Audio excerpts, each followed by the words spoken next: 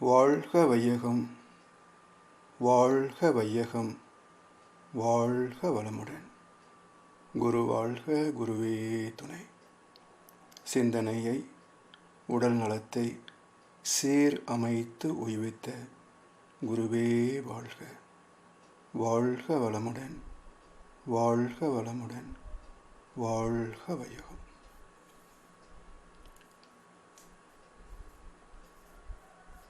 இந்த பகவத்கீதை நிகழ்ச்சியை தொடங்கி வைத்து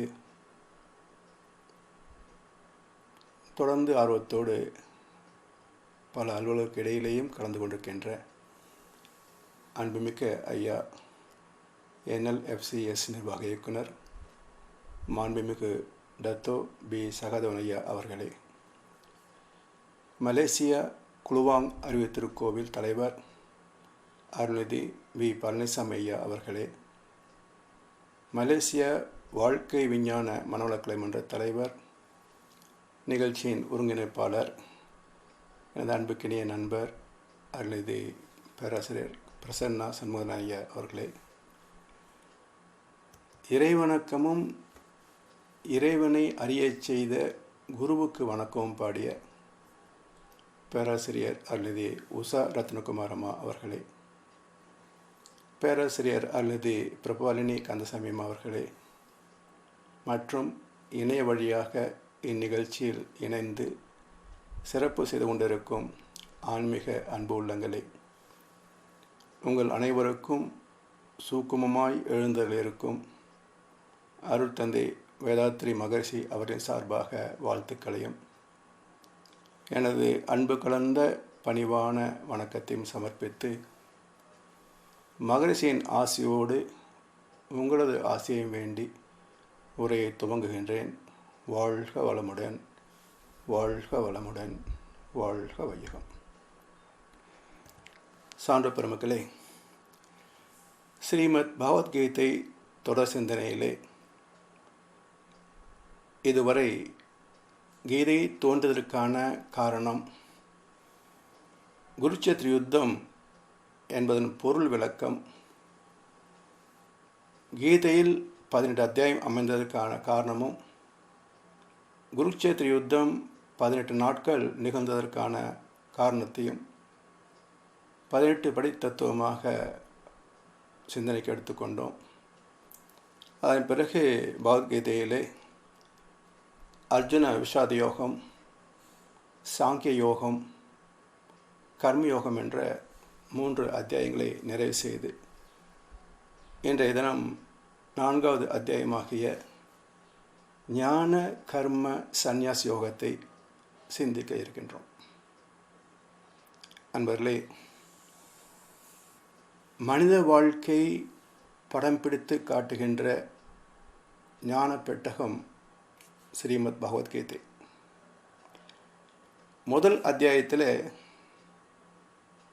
நம்மை போன்ற மனிதர்களின் வாழ்க்கையில் நிகழ்கின்ற தடுமாற்றங்கள், அதன் பிரதிநிதியாக அர்ஜுனனுடைய மனக்குமுறல்கள், அவனுடைய குழப்பம், தடுமாற்றம், இவற்றையெல்லாம் முதல் அத்தியாயத்திலே விளக்கி சொன்ன பிறகு அந்த குழப்பத்திலிருந்து வெளிவதற்கான, விடுதலை பெறுவதற்கான மார்க்கம், அதை பற்றிய விளக்கத்தை தொடங்கி கிருஷ்ண பரமாத்மா பேசுவதாக பகவான் வேதவியாசர் எழுதிய தத்துவம் சாங்கியோகம் என்ற 2வது அத்தியாயத்தில் ஆத்மா பரமாத்மாவை பற்றிய விளக்கங்களை சிந்தித்தோம்.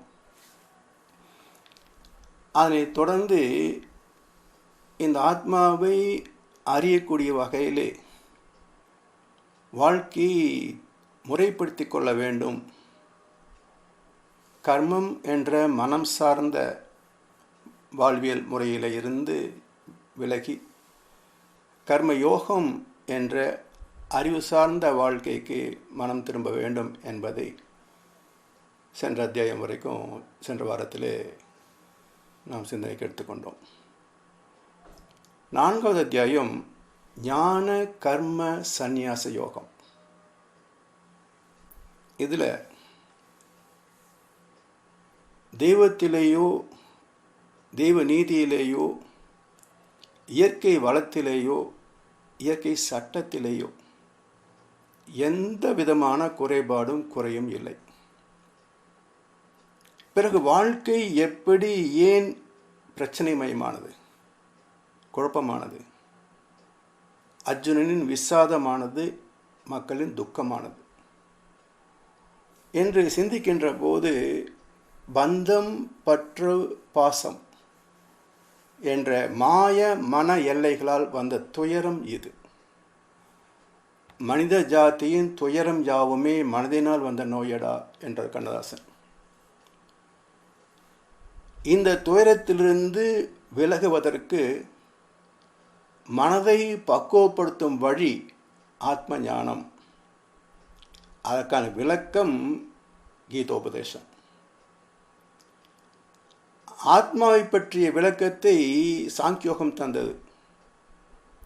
அதன் மூலம் ஆத்மா என்பது பரம்பரை அனுபவங்களின் தொகுப்பு என அறிந்தோம். அந்த அனுபவங்களில் தெய்வ நீதிக்கு உடன்பட்டவை நமக்கு நிம்மதியை தருகின்றன.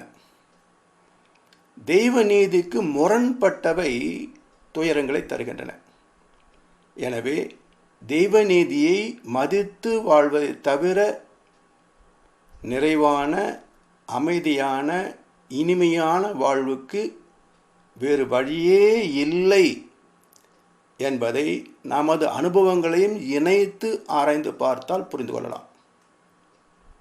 மேலும் உண்மையான ஆன்மீகத்தை ஏற்கவும் தேவையில்லாத சடங்கு சம்பிரதாயங்களை உடைத்தெறியவும் நம்மை ஏய்த்து பிழைக்கும் சுயநலவாதிகளின் பிடியிலிருந்து விடுதலை பெறவும்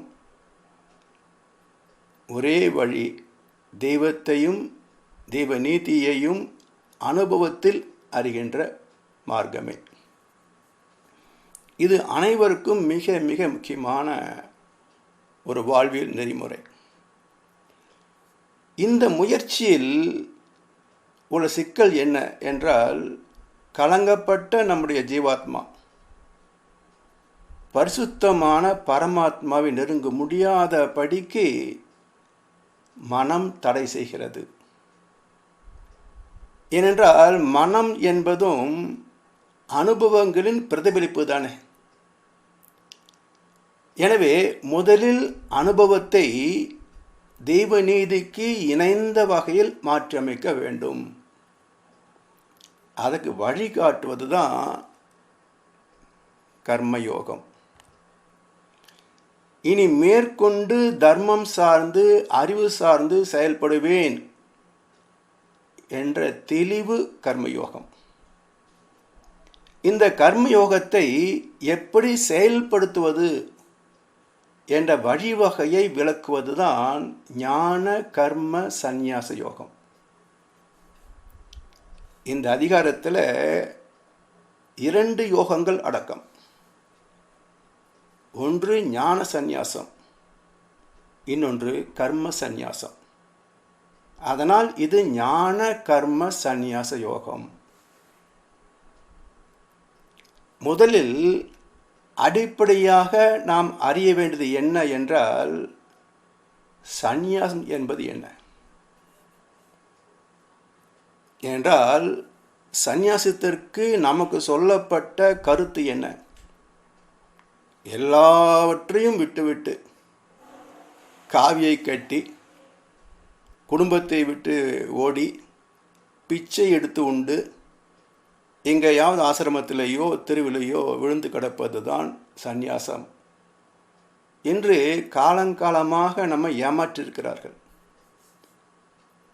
ஆனால் உண்மையிலேயே ஆத்ம ஞானம் பெற்ற சித்தர் பெருமக்களும் ஞானிகளும் சொல்லுகின்ற கருத்து முற்றிலும் மாறானது. வள்ளுவ பெருந்தகை சொல்லுவார், அறத்து ஆற்றின் இல்வாழ்க்கை ஆற்றின் புறத்து ஆற்றில் போய் பெறுவது எவன்? குடும்பத்தை விட்டு வெளியே போய் ஞானம் பெற்றது யார் என்று கேட்கிறார். அப்போ இல்லறமே துறவரத்திற்கான அடிப்படை. இந்த கருத்தை கண்ணாசன் வேடிக்கையாக சில வரிகளை சொன்னார். ஆதரவான வார்த்தையை பேசி அருமை மிகுந்த மனைவியை நேசி, அன்பெனும் பாடத்தை அவளிடம் வாசி, அவளை விடவா உயர்ந்தது காசி. இதை இன்னும் அவை பிராட்டியார் கவி சொன்னார்.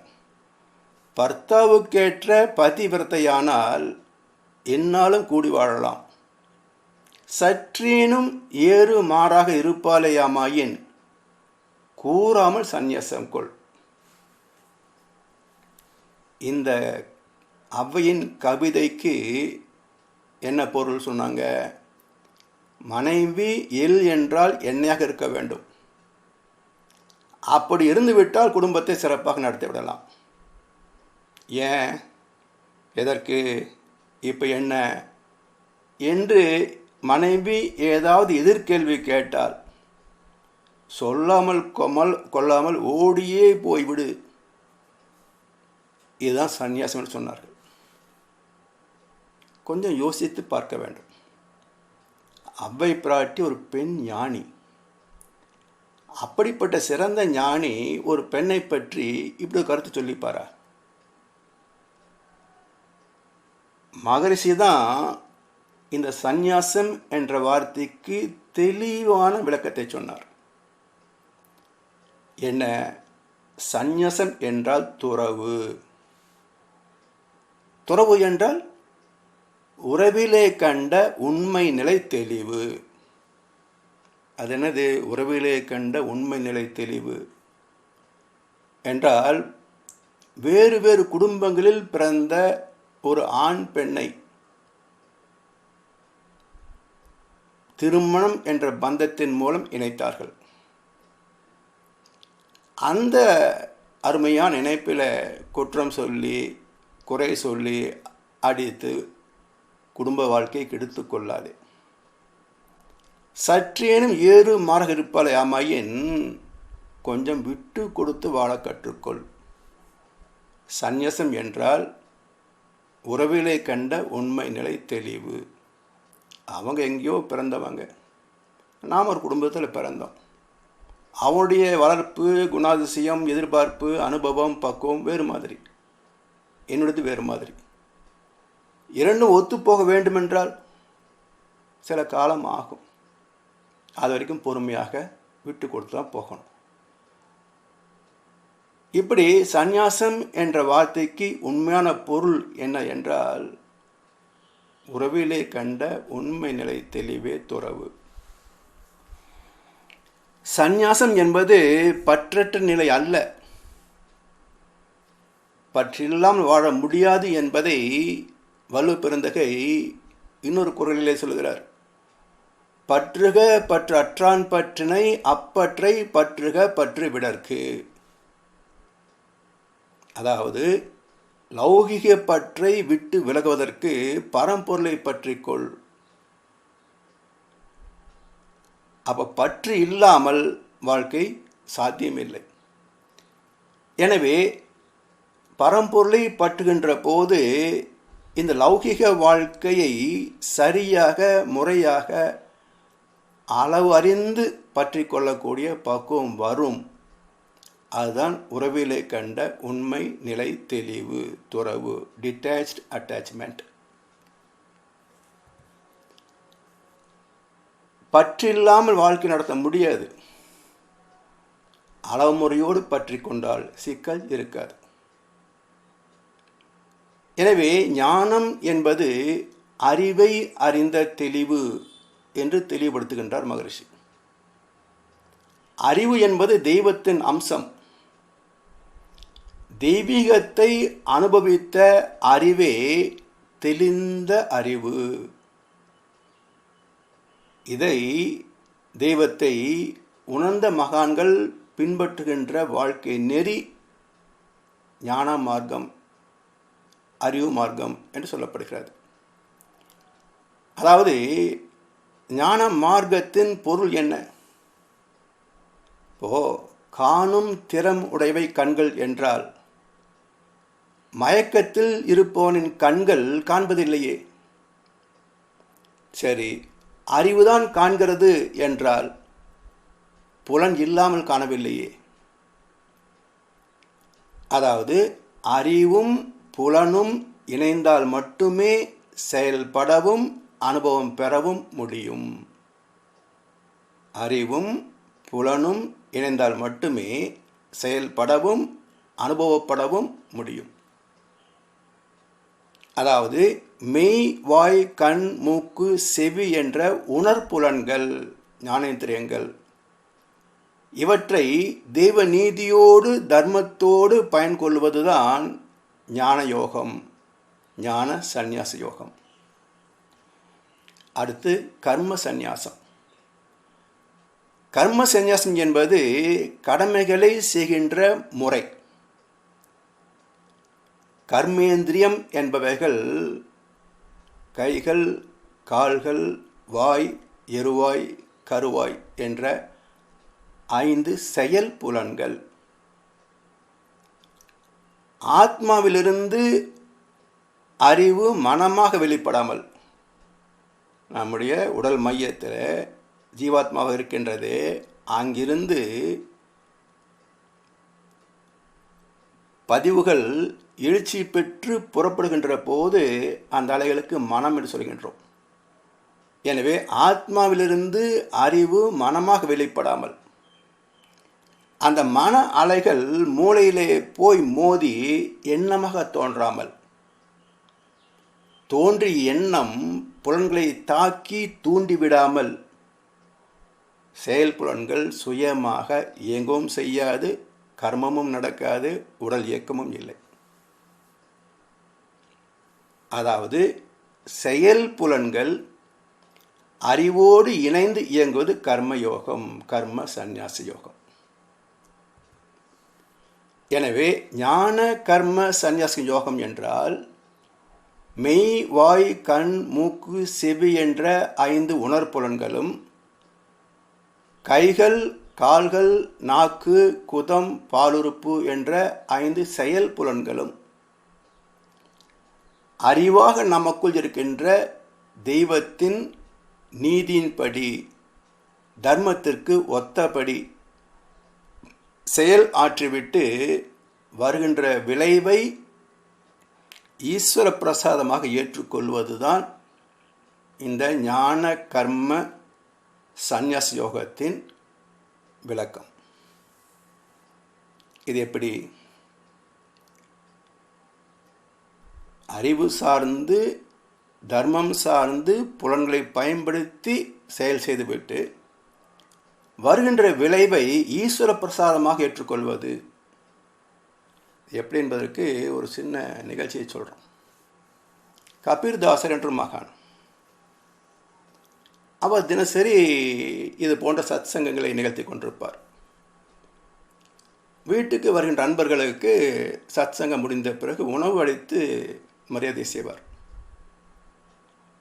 இப்படி தினசரி உணவளித்து விளக்கம் சொல்கின்ற போது செலவுக்கு யார் கொடுப்பாங்க? எனவே ஈட்டிய பொருள் எல்லாம் இப்படி கரைந்தது.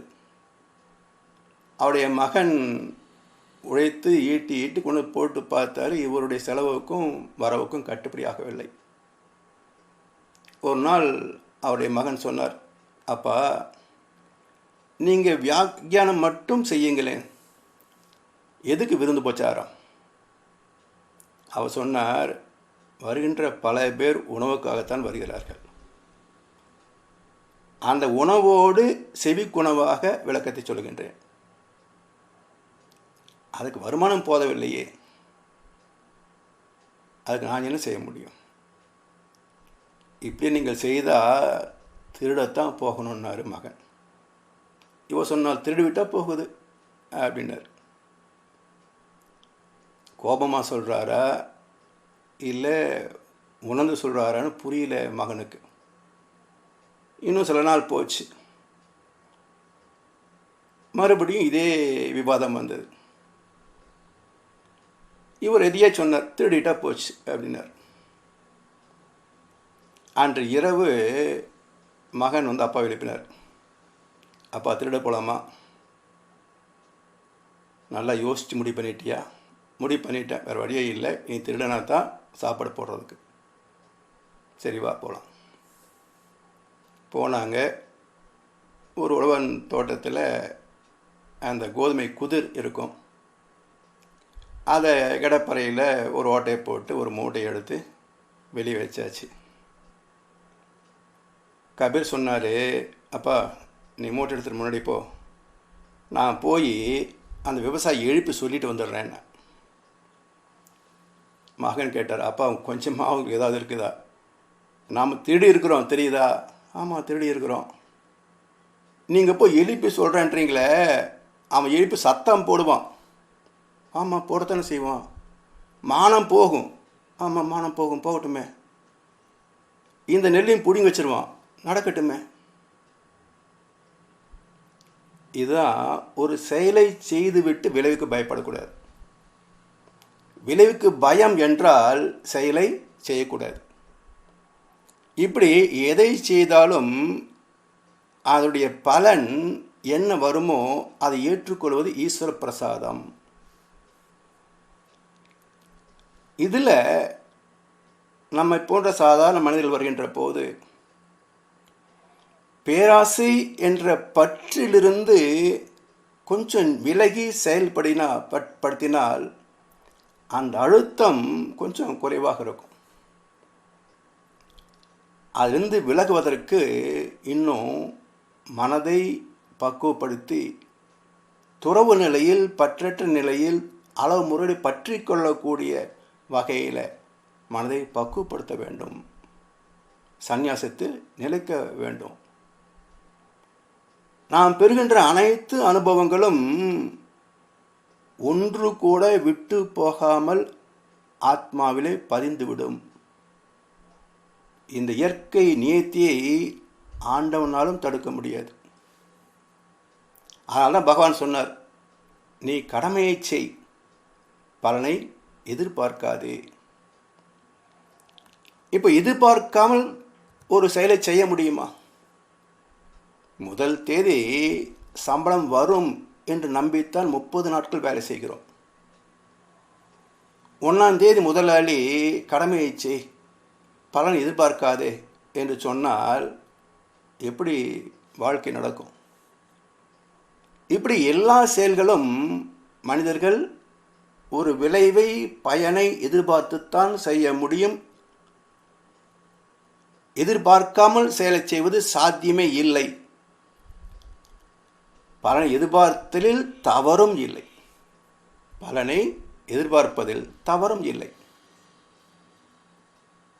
அப்படி என்றால் ஏன் பகவான் பலனை எதிர்பார்க்காதே என்று அறிவுறுத்துகிறார் என்றால், நம்முடைய தகுதி, திறமை, வசதி, வாய்ப்பு, சந்தர்ப்பம், சூழ்நிலை, அதிகாரம், உறவு, நட்பு, இப்படி பல நீதிகளை கணக்கில் எடுத்து அவற்றெல்லாம் முறையாக கணித்து எதை செய்ய வேண்டுமோ அந்த செயலை முறையாக திட்டம் தீட்டி செயல்படுத்தி அதில் வருகின்ற வெற்றியிலே ஆத்ம திருப்தி கிடைக்கும்.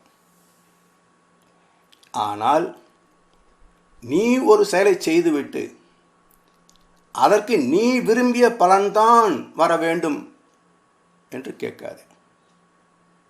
அப்போ பகவான் என்ன சொல்கிறார் என்றால், கடமையை செய், பலனை எதிர்பார்க்காதே என்றால் நீ விரும்புகின்ற பலனை எதிர்பார்க்காதே.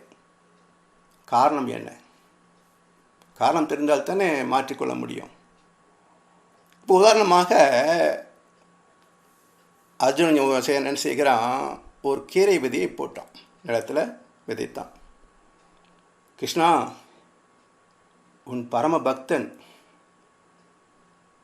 உன்னுடைய நெருங்கிய நண்பன், உன்னுடைய மைத்துனன், அதனால் எனக்கு நீ என்ன செய்து கொடுக்க வேண்டும் என்றால், இந்த கீரை விதை அருமையான தென்னை மரமாக வளர்ந்து குலை குலையாக தேங்காய்களை காய்க்க வேண்டும். இப்படி அர்ஜுனன் கேட்டாலும் கிடைக்குமா? நம்மளை விடுங்க, அர்ஜுனன் கேட்டாலும் கிடைக்குமா? அதுதான் சொல்கிற பகவான், நீ போட்டது கீரை விதை, நீ கேட்கறது கொலை கொலையா தேங்காய், எப்படி என்னால் கொடுக்க முடியும்? ஆனால் இதைத்தான் இந்த சமுதாயம் பக்தி என்ற பெயரிலே காலங்காலமாக செய்து கொண்டிருக்கிறது. தனக்கு தகுதி இருக்கிறதா, திறமை இருக்கிறதா, பூர்வ கர்ம புண்ணிய பலஞ்சிருக்கிறதா, எதை பற்றியும் சிந்தனையே கிடையாது. நாம் கேட்கிறோமே, அதை பெறுவதற்கு நாம் ஏதாவது செய்தோமா?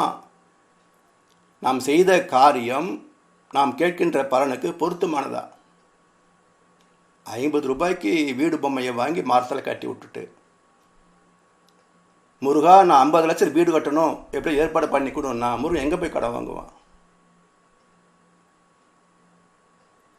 இதை யோசித்து பார்க்காமல் தான் காலங்காலமாக மக்கள் பக்தி செய்கிறார்கள்.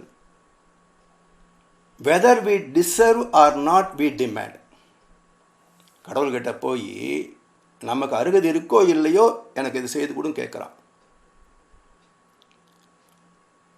இதில் மக்கள் ஒரு பக்கம் இருக்கட்டுங்க, even please to not know that desiring itself is against the God. பக்தர்கள் என்ன, அந்த பூசாரிக்கை கூட தெய்வத்திடம் கேட்பது தெய்வ குத்தம் என்பது தெரியாது. அதனால தான் தொடர்ந்து இந்த வேண்டுதல், பள்ளிக்கூடம் போகாமல், பாடத்தை படிக்காமல், பரீட்சையும் எழுதாமல் நான் பாஸாக வேணும், அதுக்கு உனக்கு எத்தனை தேங்காய் வேணும் பிள்ளையரப்பா, இப்படி டீல் போட்டுட்டு இருந்தா எப்படி நடக்கும்? அதைத்தான் கடமையை செய், பலனை எதிர்பார்க்காதே. சரி, சில பேர் கேட்பாங்க, நான் என்ன இந்த லோகத்தையாக கேட்குறேன், ஏதோ குடும்பம் நடத்துறதுக்கு கொஞ்சம் பொருள் தேவையாக இருக்குது, வசதி தேவையாக இருக்குது, கல்யாணத்துக்கு வசதி தேவையாக இருக்குது, தொழிலுக்கு வாய்ப்பு தேவையாக இருக்குது. என்னை படைத்தவன் இறைவன் அல்லவா, அந்த படைத்த என் தகப்பனுக்கு இதை கூட செய்து கொடுக்க வேண்டிய கடமை இல்லையா என்று ஒரு நியாயமான வாதம் செய்வதும் உண்டு. என்ன கேட்குறாங்க, என்னை படைத்த இறைவனுக்கு இது கூட தரக்கூடாதா? கொடுப்பதற்கான புண்ணியம் இருந்திருந்தால் அவன் கொடுத்துருப்பான், மறக்கவே மாட்டான். அப்படிப்பட்ட கர்ம பலனே உன்னிடத்தில் இல்லை என்கின்ற போது எப்படி கொடுப்பான்? நீ கீரை விதையை போட்டுவிட்டு தென்னை மரத்தை கேட்கவில்லை, கீரைத்தானே கேட்குறேன் அப்படின்னா, இன்னும் துல்லியமாக சொல்ல போனால் நீ தண்டு கீரை விதையை போட்டுவிட்டு அரைக்கீரை கேட்டால் கூட கிடைக்காது. போட்டது தண்டு கீரை விதை, கேட்குறது அரைக்கீரை, ரெண்டும் கீரை தான், கொஞ்சம் மாற்றி கொடுத்தா என்ன? அதுவும் முடியாது ஆண்டவனால். இதை ஒரு சின்ன உதாரணம் பார்க்கலாமே. இப்போ நம்ம வீடு குழந்தைகள் இருக்கிறாங்க. அந்த குழந்தைகள் பல பொருட்களை விரும்பி கேட்கும். நாமும் சிலவற்றை வாங்கி கொடுப்போம், சிலவற்றை வாங்கி கொடுப்பது இல்லை. பலவற்றுக்கு சமாதானம் பேசுகிறோம். இப்போ அந்த குழந்தை ஏன் நான் கேட்டதை நீ தரவில்லை என்று ஒரு கேள்வி எழுப்பினால் நம்முடைய பதில் என்ன? ஒன்று, வாங்குவதற்கு இப்போ வசதி இல்லை, உனக்கு இது இப்போ தேவையில்லை, அல்லது விலை அதிகம், அல்லது இப்போ உனக்கு அது தேவையில்லை, பிறகு உனக்கு தேவைப்படும் போது நான் வாங்கி தருகிறேன். இப்படி அந்த குழந்தையின் ஆசைக்கு நாம் எத்தனை சமாதானம் சொல்லுகின்றோம்? இதே போலத்தான் இறைவனுக்கு நாம் எல்லோரும் குழந்தைகள். பிள்ளைக்கு தந்தை ஒருவன், நம் எல்லோருக்கும் தந்தை இறைவன். அதனால் அந்த தந்தை நாம் கேட்பதை கொடுப்பதா வேண்டாமா என்பதை நம்முடைய கர்மாவின் அடிப்படையில் முடிவு செய்கிறான். அதனால் மனிதனாக பிறந்தவர்கள் எதை செய்தாலும் விழிப்புணர்ச்சியோடு தர்மத்தோடு இணைந்து செயல்பட வேண்டும். அதன் பலன் சர்வ நிச்சயமாக இன்பம் மட்டுமே வந்து சேரும், நல்லதே நடக்கும். அப்படி இல்லை என்றால் துன்பம் வந்து சேரும். எனவே 6வது அறிவை கொண்டு கடந்த கால அனுபவம் என்ன, இன்றைய சூழல் என்ன, எனக்கு என்ன விளைவு வர வேண்டும் என்று கணித்து செயல்படக்கூடிய திரிகால ஞானம். வார்த்தையை கண்டு பயந்துடாதீங்க. திரிகாலம் என்ற 3 காலம், கடந்த, நிகழ், எதிர். அந்த 3 காலங்களில் என்ன செய்தால் என்ன வரும் என்று கணிக்கின்ற அறிவுக்கு பெயர் திரிகால ஞானம். இது எல்லோருக்கும் இருக்கத்தான் செய்யுது, இல்லாத மனிதனே கிடையாது. இப்போ அதிகமாக சாப்பிட்டு வயிற்று வலி வந்த அனுபவம் யாருக்கு இல்லை? டாக்டருக்கும் இருந்திருக்கும். ஆனால் தான் நோயாளி வயிற்று வலி வந்த உடனேயே இந்த மருந்து சாப்பிட சரியாக போயிடும் என்று மருந்தை கொடுக்குறார். இப்போ ஒரு விருந்துக்கு போகிறோம். நிறைய பதார்த்தங்கள், சுவையான பதார்த்தங்கள் பரிமாறி இருக்கின்றன. இப்போ என்ன செய்யணும்? கடந்த கால அனுபவம் வயிற்று வலி, இப்போ சூழல் விருந்து, எதிர்கால விளைவு எனக்கு என்ன வேணும்? வயிற்று வலியா, சுகஜீவனமா? இதுக்கு பேர் தான் திரிகால ஞானம். அப்போ செரிக்கின்ற அளவுக்கு உண்டு விட்டால் வலி இல்லை, நிம்மதியான அனுபவம். செரிமானத்திற்கு மேல் அதிகமாக உண்டு விட்டால் நிச்சயமாக வயிற்று வந்தே தீரும். இப்படி ஒவ்வொரு செயலுக்கும் தகுந்த துல்லியமான விளைவு வருகின்றது தெய்வ நீதி. அதில் வெற்றி வரும்போது மகிழ்ச்சியோடு இருக்கின்ற மனிதன் சோதனை வரும்போது தோண்டு போகிறானே, யாருக்கு நான் என்ன பாவம் செய்தேன் என்று சர்வசாதாரணமாக கேள்வி வருதா இல்லையா? இந்த கேள்வியின் அடிப்படை என்ன? தெளிந்த அறிவா? அறியாமை தானே. தெய்வத்தை பற்றிய, தெய்வ நீதியை பற்றிய அறியாமை தான் இந்த கேள்வி. ஏனென்றால் செய்யாத ஒன்றுக்கு இறைவன் துன்பத்தையோ இன்பத்தையோ தரவே முடியாது. For every action there is an equal and opposite reaction. If there is no action, no reaction. செயல் செய்தால்தான் விளைவு, செயல் இல்லை என்றால் விளைவும் இல்லை. அதை மகிழ்ச்சி அழகா சொன்னாங்க. செயலிலே விளைவாக தெய்வ ஒழுங்கமைப்பு இருக்க, செயலிலே விளைவாக தெய்வ ஒழுங்கு அமைப்பு, தெய்வ நீதி இருக்க. பயன் என்ன? தவறு இழைத்து பரமனை பின் வேண்டுவதால். என்றால் இறை நீதி ஒவ்வொரு செயலுக்கும் துல்லியமான எதிர்விளைவாக வருகிறது.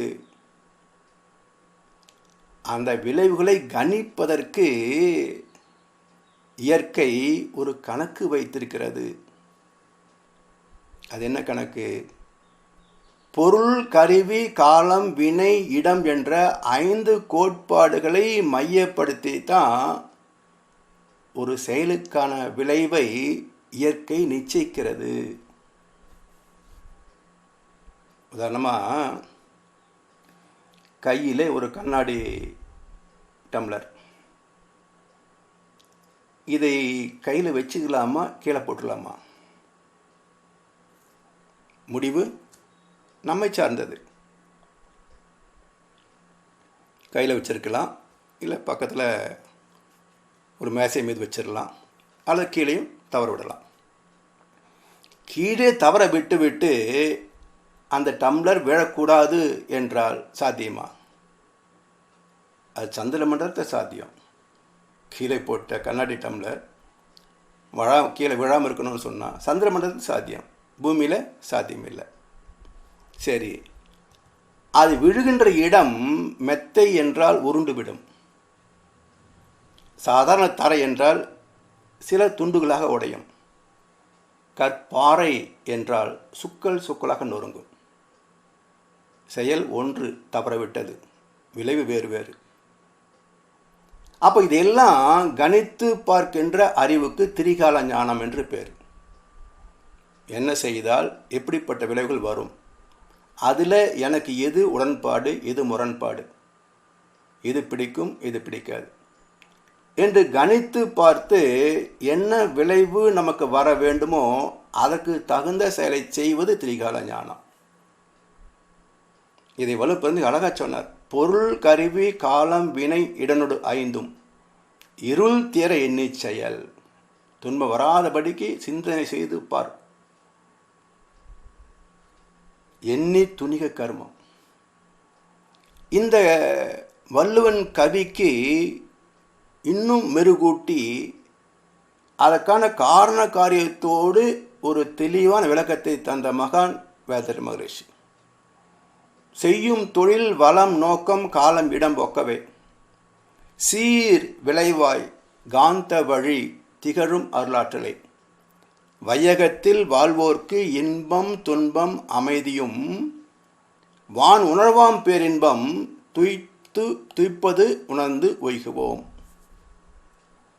அப்போ செயல், திறமை, நோக்கம், காலம், இடம், இந்த 5 கோட்பாடுகளுக்கு ஏற்ப ஒவ்வொரு எண்ணம் சொல் செயல் என்ற அலைக்கும் ஒரு துல்லிய சீர்மை அமைகிறது, ஸ்பெசிஃபிக் கிராவிட்டி அமைகிறது. அதுக்கு தகுந்த இடத்துல நம்முடைய ஆத்மாவில் போய் இடம் பிடித்துக்கொள்ளும். அதற்குரிய பக்குவ நாள், மெச்சூரிட்டி டேட் வருகின்ற போது அந்த முதிர்வு காலத்தில் அந்த அலைவெளி வந்து அதற்கு தகுந்த சூழலை உருவாக்கி அந்த செயலை செய்ய வைத்து அந்த செயலுக்கு தக்க விளைவாக இந்த கர்மாவின் அடிப்படையில் இன்பத்தையோ துன்பத்தையோ அளித்து விடுகிறது. இப்போ உதாரணமாக கட்டுப்பாட்டை இழந்து வருகின்ற ஒரு வண்டி, நம்ம தப்பிக்க முடியாது என்று நம்முடைய மனசு ஒரு கணக்கு போடுகிறது. என்ன நடந்தது தெரியவில்லை, தீபாதினமாக தப்பிவிட்டேன். இது எப்படி நடந்தது? அந்த வண்டி வந்த வேகம், பிரேக் டவுன் வேன், எப்படி நான் தப்பினேன்?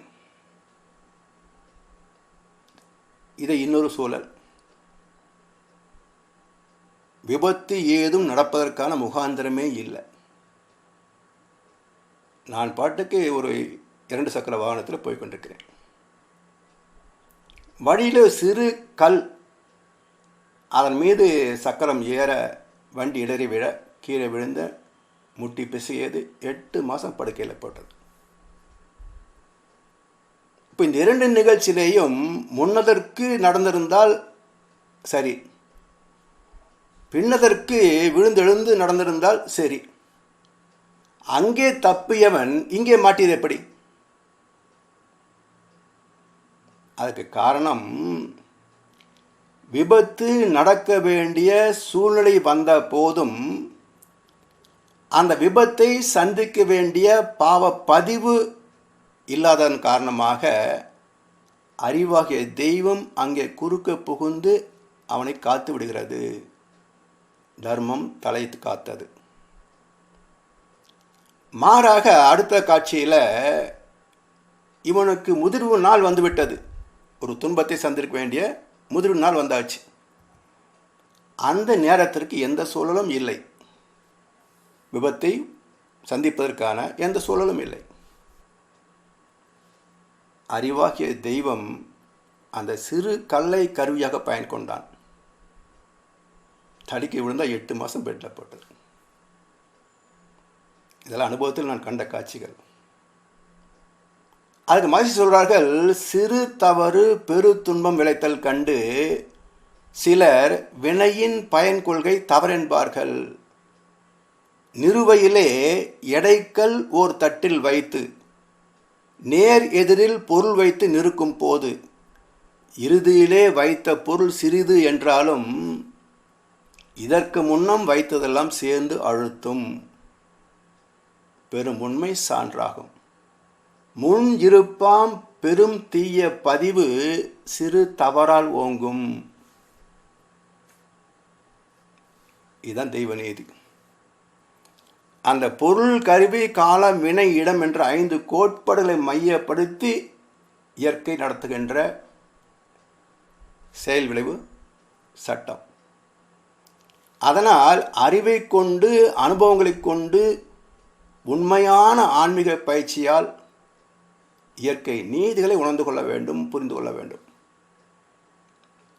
தெய்வ நீதி இப்படித்தான் செயல்படுகிறது என்று புரிந்து கொண்டால் அந்த ஞானத்தின் வெளிப்பாடு செயல் ஒழுக்கம், தர்மத்தை சார்ந்து வாழ்வதே.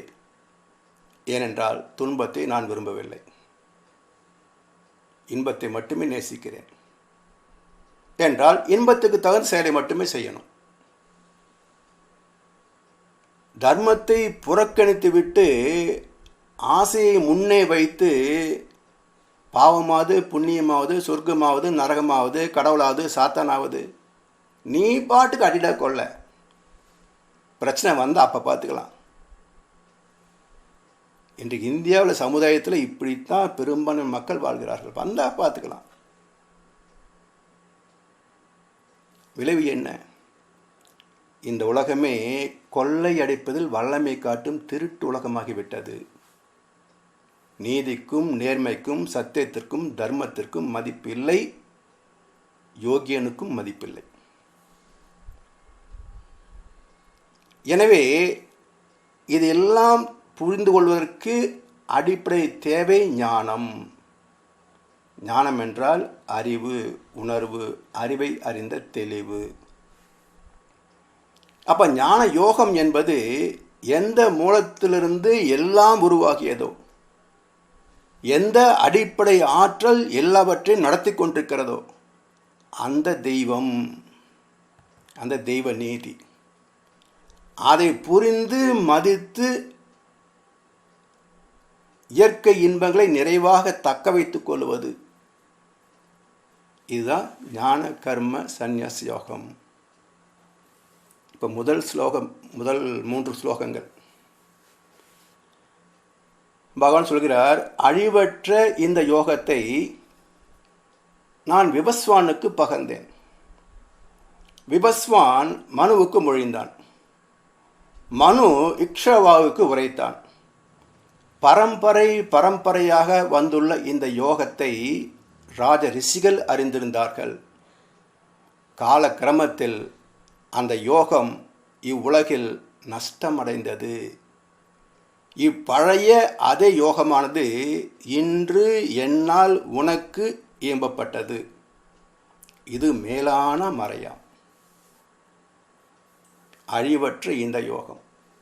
நான் ஏன் இவ்வளவு நீண்ட விளக்கம் கொடுத்தேன் என்றால், கீதையின் சாரமே கர்ம யோகம். அந்த யோகத்தின் சாரம் ஞானம். அந்த ஞானத்தின் வெளிப்பாடு 2 வகை. ஒன்று செயல்புலன், இன்னொன்று உணர்ப்புலன். அப்போ ஞான கர்ம சந்நியாச யோகத்தை தெளிவாக விளங்கவில்லை என்றால் கீதை புரியவில்லை என்ற அர்த்தம். அதுக்காகத்தான் மகர்ஷியுடைய விளக்கத்தை இவ்வளோ நேரம் நம்ம பார்த்தோம். அழிவற்ற இந்த யோகத்தை, இந்த செயல் விளைவு தத்துவத்தை நான் விபஸ்வானுக்கு பகர்ந்தேன். விபஸ்வான் மனுவுக்கு மொழிந்தான், மனு இக்ஷவாவுக்கு உரைத்தான். பரம்பரையாக வந்த இந்த யோகம் ராஜ ரிஷிகள் அறிந்திருந்தார்கள். காலப்போக்கில் மறந்து போனது. தலைமுறை என்பதே நாம் பெற்ற பாடத்தை அடுத்த தலைமுறைக்கு பரிமாற்றம் செய்வது. அதுக்கு பேர் தான் ப்ரொஃபஸர்னு பேருங்க. ப்ரொஃபஷன் என்றால் ஒரு தலைமுறை அனுபவத்தை அடுத்த தலைமுறைக்கு பரிமாற்றம் செய்வது. இன்றைய சமுதாயத்தில் தர்ம நியாயங்களை சிந்திப்பவர்கள் எண்ணிக்கை மிக மிக குறைவு. இந்த இயற்கை நீதிகள் எல்லாம் மகான்களால் அந்தந்த காலகட்டங்களில் மிக தெளிவாக விளக்கப்பட்டிருந்தும் காலப்போக்கில் வந்த மதவாதிகள் அதை சரியாக புரிந்து கொள்ளவும் இல்லை, மற்றவர் புரிந்து கொள்ள வகை செய்யவும் இல்லை, வழிவிடவும் இல்லை. நான் சொல்கிறேன் கேளு, இது செஞ்சால் போதும், அதுக்கு மீறி பேசுகிற நீ நாத்திகன், ஏதாவது கடவுளை பற்றியோ தர்மத்தை பற்றியோ கேள்வி கேட்டால் நீ நாத்திகன். அதுக்கப்புறம் யார் கேள்வி கேட்பாங்க? இப்படி தனக்கு தெரியாததை வெளிக்காட்டி கொள்ளாமல் தெரிந்ததையே சாஸ்திரமாக்கி விட்டார்கள். அந்த குழப்பம்தான் இன்றைக்கு இவ்வளவு பிரச்சனைகளுக்கும் காரணம். அதனால் உண்மைகள் தர்மங்கள் பேச்சில் மட்டுமே உள்ளன, நடைமுறையில் வந்து சேரவில்லை. வானத்தில் உள்ள நன்மை வீட்டுக்கு வந்து சேரவில்லை. இயற்கை இன்ப ஊற்று அடைப்பட்டு விட்டது. 4வது ஸ்லோகம். உனது பிறப்பு பிந்தியது, விவஸ்வானுடைய பிறப்பு முந்தியது. தாம் அன்று அவர்க்கு பகர்ந்தீர் என்பதை யான் அறிவது எங்கனம். இப்போ கிருஷ்ண பரமாத்மா அர்ஜுனன் பேசிக்கிட்டு இருக்கிறாங்க. இவர் என்ன சொல்கிறாரு? நான் அன்றைக்கே விவசாயனுக்கு பகர்ந்தேன். அவன் மனுவுக்கு மொழிந்தான், மனு இச்சாவுக்கு மொழிந்தான். அதை நான் இப்போ சொல்கிறேன்றார். அப்படி என்றால் நீ எத்தனை பிறவைகளாக இருந்தாய்? அன்றைக்கு நீ தான் சொன்னாய் என்பதை நான் நம்புவது எப்படி? இதுதான் அர்ஜுனுடைய கேள்வி. கிருஷ்ணா, உனக்கும் எனக்கு சம வயசு. நீ போன யுகத்திலேயே விவசாயனுக்கு சொல்லியிருக்கிறேன் என்கிறாய். நீ தான் சொன்னாய் என்பதை நான் அறிவது எப்படி?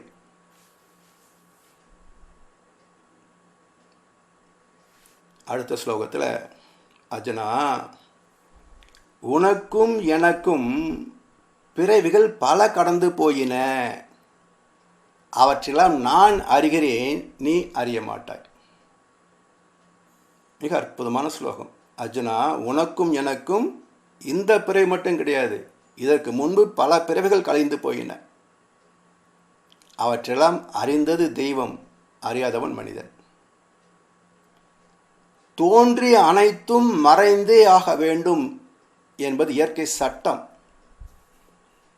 தோற்றத்திற்கு முன்னும் தோற்றங்களிலும் தோற்றத்திற்கு பின்னும் இருப்பதுதான் நிலையானது, நிதர்சனமானது, நிரந்தரமானது.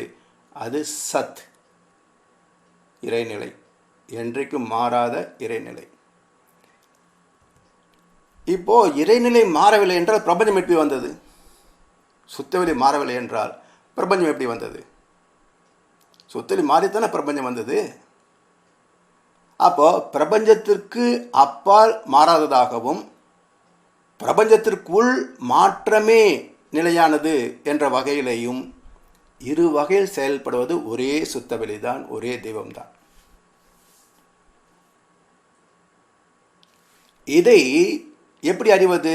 இறையுணர்வு பெற்றால் எந்த காலத்தில் நடந்த எந்த நிகழ்ச்சியாக இருந்தாலும் அதை பற்றிய கேள்வி மனதில் வந்து முடிவதற்கு முன்னால் அந்த கேள்விக்குரிய விளக்கம் அகக்காட்சியாக வீடியோ வந்துடும். இப்படி நம்முடைய மகான்கள் அகக்காட்சியாக கண்ட உண்மைகளைத்தான் தெய்வம் என்றும் விளக்கி சொன்னார்கள், தெய்வ நீதி என்றும் விளக்கி சொன்னார்கள். அது சாமானிய மனிதனுக்கு புரியவில்லையே என்பதனால் சம்பவங்கள் மூலமாக, கதாபாத்திரங்கள் மூலமாக, இதிகாசங்களாகவும் எழுதி வைத்தார்கள். அதை புரிந்து கொள்ள வேண்டும் இல்லை? அப்போ புரியாத போது என்ன மிச்சம்? இப்போது ஒரு பாத்திரத்தில் பனிக்கட்டி போடுறோம், உடனே சுற்றிலும் நீர்த்திவளைகள் தோன்றுகின்றன. இது எங்கேருந்து வந்தது? சூழ்ந்திருக்கின்ற காற்றில் ஆக்சிஜனும் உண்டு, ஹைட்ரோஜனும் உண்டு. இரண்டும் சேர்ந்த கோர்வையினால் நீரானது. சரி, இப்போ அந்த நீரை வழித்து ஒரு பாத்திரத்தில் எடுத்து அடுப்பில் வைத்து சூடுபடுத்தினால் மீண்டும் தண்ணீர் H2O மாறி போயிடும். அப்போது நம்மை சூழ்ந்திருக்கின்ற காற்று மண்டலத்தில் என்ன இருக்கிறது என்பது நமக்கு தெரியவில்லை. அதில் இருக்கின்ற 2 வகை அணுக்கள் இணைந்து ஒரு தோற்ற பொருளாக வந்தது தண்ணீர். அதை சூடுபடுத்தினோம், வேறு வகையான டெக்னாலஜி. உடனே அது மீண்டும் பழைய நிலைக்கு மாறிவிட்டது. அப்போது நாம் கண்களால் பார்க்கக்கூடிய ஒரு நிகழ்ச்சி, இதுபோல் தான் இறைவன் இருப்பான் என்று ஏற்பதில் என்ன தகராறு? இதே போல்தான் இறைவனும் அரூபம். அவனே ரூபமாக வருகிறான். ரூபத்தின் முடிவில் அவனே அரூபமாக போய்விடுகிறான். இதை ஏற்பதில் என்ன தகராறு? அடுத்த ஸ்லோகம். நான் பிறப்பற்றவன், அழிவற்றவன், உயிர்களுக்கெல்லாம் ஈசன், எனினும் என் பிரகிருத்தியை வசப்படுத்தி ஆத்ம மாயையினால் அவதரிக்கிறேன். வார்த்தைகள் கொஞ்சம் குழப்பமாக தான் இருக்கும், பயந்துட வேண்டாம். நான் பிறப்பற்றவன், புரியுது. அழிவற்றவன், சரி.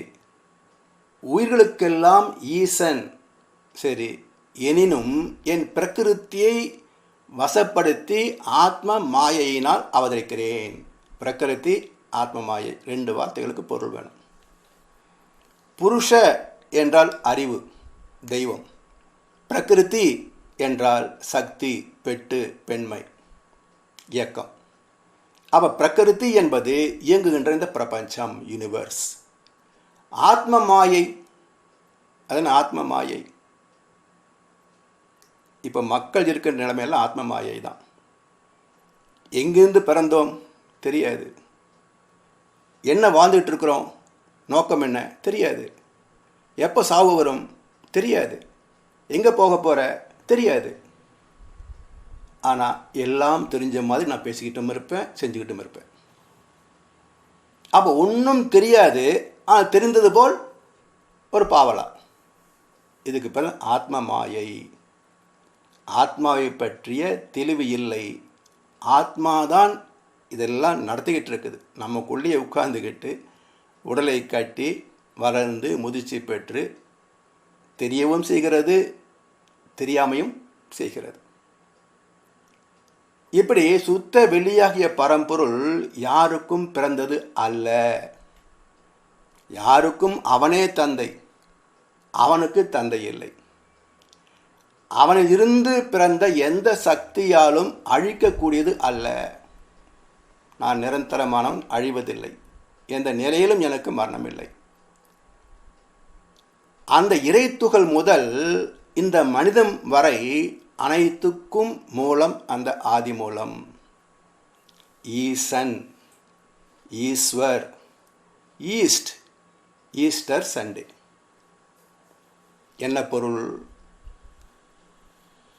கினமேட்டிக் என்று பொருள். அதாவது எந்த தூண்டுதல் இல்லாமல் தானே எழுச்சி பெற்று ஒவ்வொன்றாய் மலர்ச்சி பெறும் திறம் வாய்ந்தது ஈசன், ஈஸ்வர். அதை மையப்படுத்தியது ஈஸ்ட், கிழக்கு திசை. இயேசுபிரான் குட் ஃப்ரைடே அன்றைக்கு சிலுவையில் அறையப்பட்டார். உயிர்த்தெழுந்த நாள் ஈஸ்டர் சண்டே, ஞாயிற்றுக்கிழமை. அப்படி தானே எழுச்சி பெறுவது. இப்படி இருப்பு, இயக்கம், காந்தம் என்ற மறைபொருளால் உருவாகிய இந்த பிரபஞ்ச ரகசியத்தை அறியாத மாயை ஆத்ம மாயை. அதான் மனித மனம். அடுத்த ஸ்லோகம். எப்பொழுதெல்லாம் தர்மம் அழிகிறதோ, அதர்மம் மேலோங்குகிறதோ, அப்பொழுதெல்லாம் என்னை நான் பிறப்பித்துக் கொள்கிறேன். மிக முக்கியமான ஸ்லோகம். 2 வரி விளக்கம். 1 மணி நேரம் பேசணும். இதை குறைந்தபட்சம் 1 மணி நேரம் ஆகும் இந்த விளக்கம் சொல்றதுக்கு. எப்பொழுதெல்லாம் தர்மம் அழிகிறதோ, அதர்மம் மேலோங்குகிறதோ, அப்பொழுதெல்லாம் என்னை நானே பிறப்பித்துக் கொள்கிறேன். இதுக்கு தர்மசம் ஸ்தாபனார்த்தாய சம்பவாமி யுகே யுகே. இப்போ தர்மத்தின் பொருள் என்ன? யார் ஒருவன் வாழ்க்கையில் எல்லா வகையிலையும் நன்மைகளை மட்டும் சந்திக்கிறானோ என்ன சொல்லுவோம்? புண்ணியவான்ப்பா, நல்லா அனுபவிக்கிறான் சொல்கிறோமா இல்லையா? மாறாக இருந்தால் என்ன பாவம் பண்ணினானோ, பிறந்ததுலேருந்து முடிவே இல்லை உனக்கு சொல்கிறோம் இல்லை? அப்போ தர்மம் என்பது இன்பத்தை தருவது, அதர்மம் என்பது துன்பத்தை தருவது. அப்போ தர்மசம் ஸ்தாபனார்த்தாய, இன்பத்தை நிலைப்படுத்துவதற்காக, துன்பத்தை ஒழிப்பதற்காக என்னை நானே பிறப்பித்துக் கொள்கிறேன். எப்படி? ஒரு கிருஷ்ண பரமாத்மா, ஒரு ராமபிரான், இப்படியா? அது அல்ல. அது மிகவும் பிற்பட்ட அவதாரம். அதற்கு முற்பட்ட அவதாரம் என்ன என்றால், பஞ்சபூதங்களிலிருந்து வந்தது முதல் உயிர், நுண் உயிர். அந்த நுண் உயிருக்கு ஒரு சிரமமும் கிடையாது. காற்றில் இருக்கின்ற சக்தி அதுக்கு போதுமானது, ஈத்தர். அது வளர்ச்சி பெற்று தாவரமாக மாறிய போது தாவரத்திற்கு ஒரு சிரமம் இருக்குது. எல்லா வளங்களும் கிடைத்தால்தான் அது செழிப்பாக வளரும். அதுக்கு வேண்டிய சத்து மண்ணில் இல்லை என்றால் அது வளர்ச்சி பாதிக்கும்.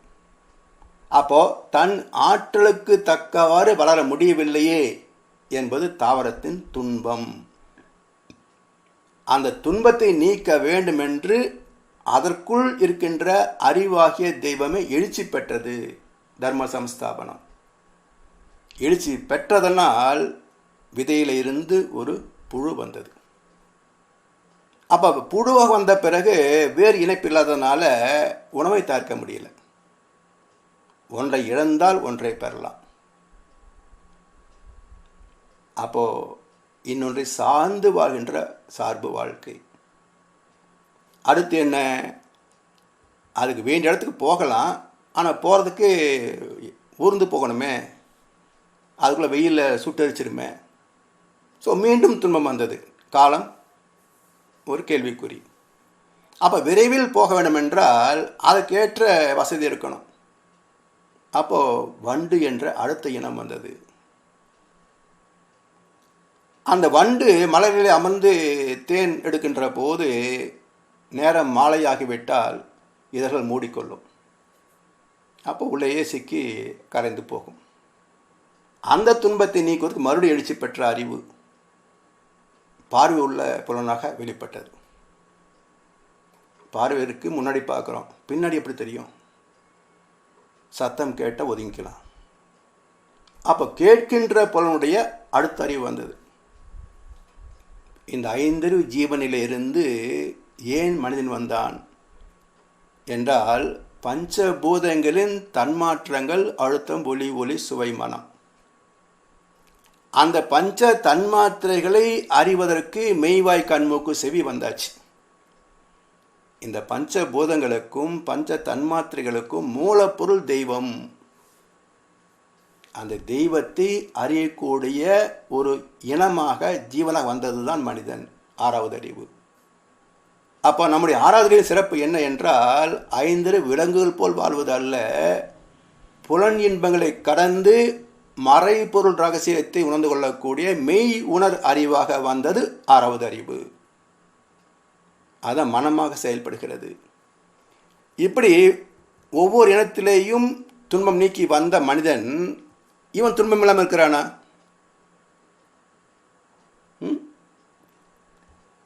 இன்னும் சொல்லப்போனால், மனிதனை போல துன்பப்படுகின்ற வேறு ஜீவனே கிடையாது உலகத்தில், இல்லைங்களா? மனிதனை போல துன்பங்களை சந்திக்கின்ற ஜீவன் வேறு ஏதாவது உண்டா உலகத்தில்? 72 லட்சம் ஜீவராசிகளில் இந்த ஒற்றை ஜீவனை தவிர வேறு எந்த ஜீவன் இவ்வளோ கஷ்டப்படுதுங்க? இதற்கு காரணம் என்ன? அதையும் அறிந்து தெளிந்து அறிவிக்க வந்தவர்களே அவதார புருஷர்கள். வேதவியாசரை தொடங்கி வேதத்திலே மகர்ஷி வரைக்கும் அத்தனை மகான்களும் அவதார புருஷர்கள். ஒரு கிருஷ்ணன், ஒரு ராமன் அல்ல. பிறந்த அத்தனை சித்தர்களும் அத்தனை ஞானிகளும் குருமார்களும் தெய்வத்தின் அவதார புருஷர்களே. அடுத்த ஸ்லோகம், நல்லாரை காப்பதற்கும் கெட்டவரை அழிப்பதற்கும் தர்மத்தை நிலைநாட்டுவதற்கும் யுகந்தோறும் நான் அவதரிக்கிறேன். எப்போ துன்பம் என்று வருகிறதோ அந்த இடத்துல அறிவு செயலுக்கு வந்துவிடும். அந்த துன்பத்தை நீக்குகின்ற வரைக்கும் அறிவு சிந்தனையில் இருந்து கொண்டே தான் இருக்கும். அதுக்கு காரணம் என்ன? துன்பத்திற்கு காரணம் என்ன என்றால், மனமாக செயல்படுவது. மனம் தன் மூலமாகிய அறிவாக உயர்வு பெற்றுவிட்டால் அறிவிலே துன்பம் வராது, கர்மயோகத்தில் துன்பம் வராது. ஆனால் மனம் ஒரு பிரச்சனை. அந்த மனதைத்தான் இந்து தத்துவங்கள் ராட்சசன், அரக்கன், அசுரன், கிறிஸ்தவ தத்துவம் சாத்தான் அல்லது சைத்தான், இஸ்லாமும் அதே தான் சொல்லும். அப்போது இந்த மனமே அனைத்து துன்பங்களுக்கும் காரணமாகிறது. காரணம், இது விரும்புகின்ற இன்பம் வேறு, நாம் அதற்கு கொடுக்கின்ற இன்பங்கள் வேறு. மனசு கெட்டதுன்னு சொல்கிறோம். எப்போ கெட்டது? இந்த புலன் இன்பங்களிலே சிக்குகின்ற போது மனம் அளவு முறை மீறி நம்மை துன்பத்தை தரக்கூடிய காரியங்களை செய்ய வைக்கிறது. ஆனால் அடிப்படையில் மனம் எதை நாடுகிறது என்றால் தெய்வீகத்தை நாடுகிறது. மனம் தேடுகின்ற இன்பம் பேரின்பம். அது எங்கே கிடைக்கும்னு நமக்கு தெரியல. அதனால் இதுவா பாரு, இதுவா பாரு, இதுவா பாரு என்று சிற்றின்பங்களை அறிமுகப்படுத்தி பார்க்குறோம். அந்த மனமும் உள்ளே போய் அனுபவிக்கிறது. சலிப்பு வருகிறது. இது இல்லை, இது இல்லை, இது இல்லை, நான் எதிர்பார்த்தது இல்லை. எப்படி கடலிலிருந்து புறப்பட்ட நீர் மேகமாகி மழையாகி அருவி, ஆறு, ஓடை ஓடி கடலில் சங்கமித்த பிறகு நீரின் ஓட்டம் நிறைவு பெற்று விடுகிறதோ, அதேபோல் பிரம்மத்திலிருந்து தொடங்கிய ஆத்மாவின் பயணம் மீண்டும் பிரம்மத்தை அடைந்து விட்டால் வேறு எதையும் கேட்காது. அப்போ கேட்க நினைக்காத மனம் ஒன்று வேண்டும். அது கிடைக்கின்ற இடம் துரியாதீதம், ஆத்ம ஞானம். அது வரைக்கும் மனசை அரிச்சிக்கிட்டே தான் இருக்கும். எனவே மனம், அறிவு இரண்டுக்கும் ஒரு உதாரணம் சொல்லுவார்கள். சாமி சொல்லுவாங்க, கடல்லையே தான் தண்ணியும் இருக்குது, அதுவே தான் அலையாமல் வருது. அப்போது அலை என்பது எதுக்கு பேர்? தண்ணிக்கா. கடல் என்பது எதுக்கு பேர்? இருப்புக்கு பெயர் கடல், ஓஷியானிக். எழுந்த வேகத்துக்கு பெயர் அலை, டைட்டானிக்.